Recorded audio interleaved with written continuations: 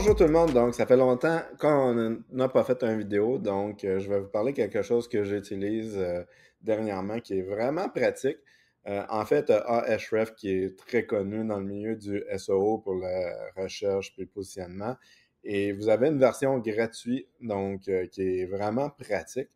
Donc vous avez seulement à importer tout ce qui est vos projets de Google Search, puis il va cumuler tout ce qui est mots-clés.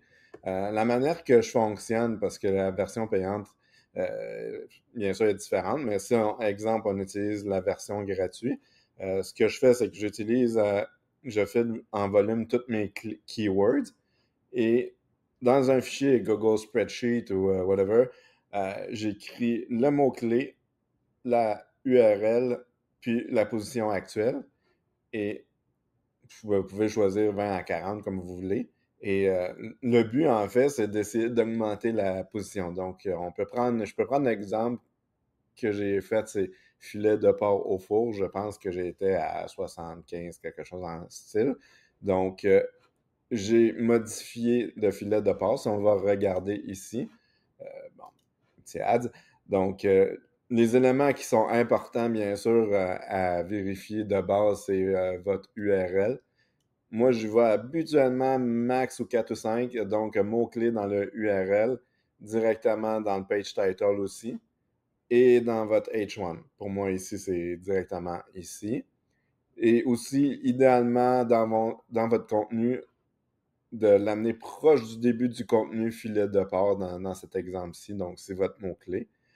Chose qui est important aussi, c'est les keywords relatifs qui va vous donner, plus que vous avez porte d'entrée dans votre page, mieux que c'est, mais c'est important de focuser sur un keyword primaire, mais d'avoir des assises différentes. Donc, si on y va avec cette page-là, donc je suis allé directement dans mon Google Search, ce qui est vraiment intéressant avec votre Google Search, c'est que vous pouvez aller voir d'autres recherches. Puis ça, c'est vraiment les recherches naturelles que le monde fait pour aller voir votre page web.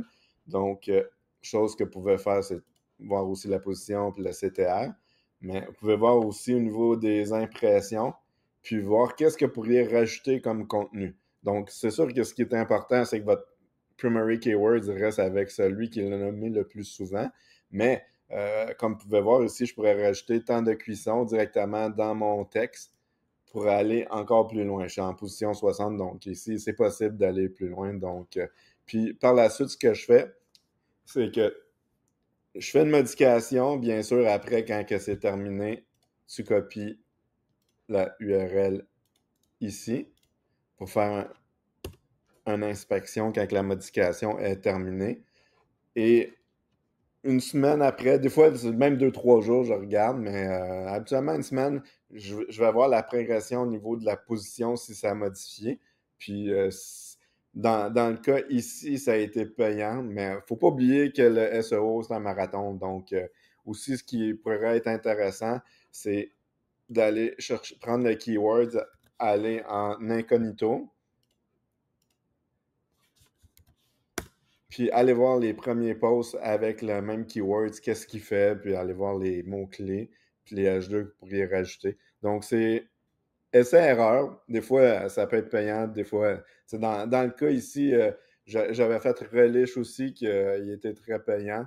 Donc, d'autres, ça a moins marché, mais au moins, vous avez un tracking, puis vous avez un outil qui est tout à fait gratuit.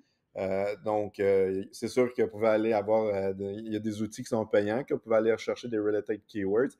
Chose qui est primordiale aussi, c'est que vous assurez qu'il y a du monde qui recherche ces mots-clés-là.